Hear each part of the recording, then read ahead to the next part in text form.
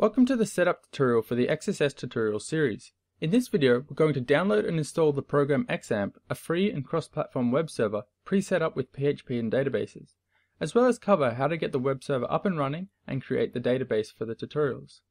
We'll also look at how to add the code provided in the description of each video to the web server and how to view it. This video will be focused around the installation and setup on Windows 7. A link to the XAMPP website will be in the description. Okay. So first we need to download and install XAMPP. So the XAMPP website, the index, will have a download section where you can pick what operating system you're on. So we're downloading for Windows, so we're going to click on the Windows button. That'll take us to SourceForge and we'll start downloading the installer. Now I've already got it downloaded, so I don't need to download again. And as we can see here, we've got the installer. So with the installer, just double click. It'll ask, are you sure you want to run this executable file? You can hit OK.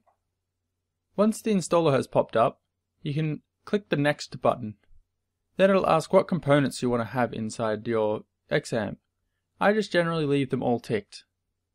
Next, it'll ask you where you want to install it to. Now make sure you install this to somewhere you will remember, as you need to access this folder quite regularly. I currently have mine set up in a web server folder on my DrapsTV folder on my D hard drive. So once you pick where you want to install it, just hit the next button and it'll start the installation process. At the end of the installation, it'll ask if you want to run it. Just untick the box and finish. Once you have XAMPP installed, navigate to the folder where you saved it. Now inside the XAMPP folder, you'll notice that there's a lot of files in here for the XAMPP web server. We want to scroll down to the bottom and we want the XAMPP control.exe. When we run this, it'll open up the XAMPP control panel. Now from here, we have the modules Apache, MySQL, FileZilla, Mercury, and Tomcat. We only need to worry about the top two. So first we want to start the Apache. This is our web server, which will service all the page to anybody requesting them.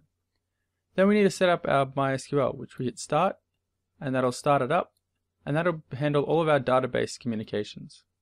Okay, now we can minimize this control panel, and let's have a look at our web server running. So to access our web server, we can type 127.0.0.1, or alternatively, we can type localhost. Now once you type in localhost or 127.0.0.1, it'll ask you what language you want to use it in. I've selected English, and it'll bring you to this control board here. Now from this control board, what we want to do is on the tools side, on the very left, we want PHP MyAdmin. And when we click on this, it'll take us to where we can set up our databases. Now we need to set up one database for our server so we can use it in our tutorials. So to do this, we're going to come to the databases section, which we click on the databases tab up the top, and it'll have up the very top to create database. Now, we can create a database by typing in its name. So let's call the database XSS3. And it'll ask us what collation we want it to be. So we want to scroll all the way down to the bottom, and we want UTF-8 MB4 _ Unicode _ CI. And then we can hit create. And I'll say the database has been created, and we can see it has appeared at the bottom of this list. Now we can click on the XSS3 database, and it'll ask us that there's no tables found, and we need to create one. So we need one table that we're going to use in the tutorials, which we're going to call comments. And the number of columns that comments is going to have is 2. We need an ID and the comment. And we can click go. Now it'll come up with our structure of our table. So we need to name the fields. So our first field is going to be the ID in lowercase. And that's type int. It has no length or value. And we need to set the index section to primary, as it's going to be the primary key of the table. And we also need to set the auto increment, which is this A_I. If you hold your mouse over it, it should pop up with auto increment. Okay, now for the second field. The second field is going to be a varchar. and it's going to be the comment. Now we need to set a length and value for the varchar, so let's set it to something like 400, as there's a nice amount of characters. Okay, that's all we need to do, and we can hit save. Now once it's saved, you'll see that we have a table called comments, and that's our database set up and ready for the tutorials. Alright, so now how about we get some code in there? So next we have to look for the htdocs folder inside the XAMPP folder. The htdocs folder is where the web server dishes out all of the files for the web server. So in here you'll have a folder called dashboard, forbidden, image, restricted, XAMPP, and that'll be it. I've got two custom folders in here, one called XSS and one called exploitable web survey. The XSS folder you'll need to create. So you can right click, new folder, and create a folder and call it XSS.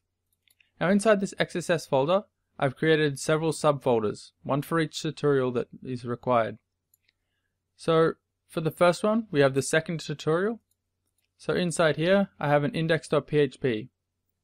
This is where you'll put all of your downloaded code, all of your downloaded PHP files.